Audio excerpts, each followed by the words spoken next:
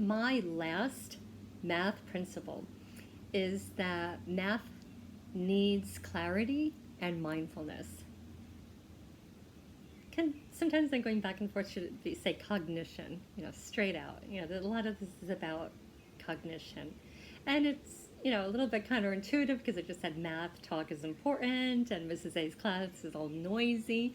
But we also do need to be able to have clear minds. We need to have quiet, and we need to have cognition. And why this matters is that I feel that sometimes teachers think that our students just come in with that ability, or they just don't have that. And it's really, this principle has this whole set of actions that we can be taking as teachers to help our students build this cognition and mental clarity. And this principle helps me remember that and make sure to incorporate these actions within my lesson. So, for example, deliberate practice.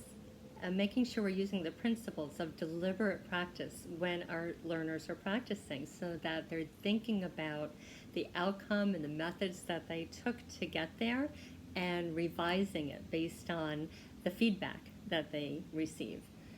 It's about teaching things like how to solve it.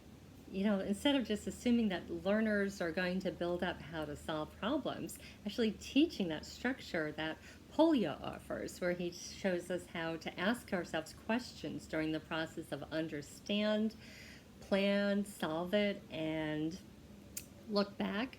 And he comes up with a whole set of questions that help us think and wonder, and also manage and monitor our resources and watch out for those wild mathematical geese.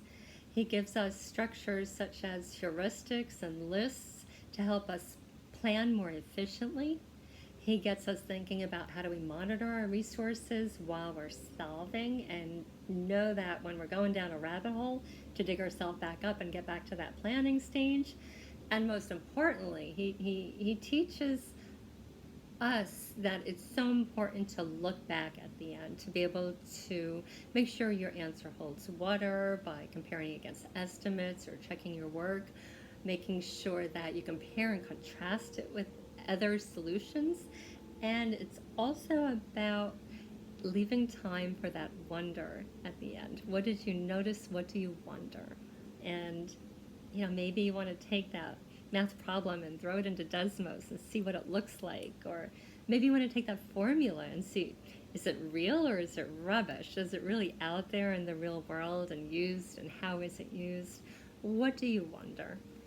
And so that's a very important principle to me, because we are so focused on teaching new skills every day, and we need to be putting in significant, if not equivalent, time to teaching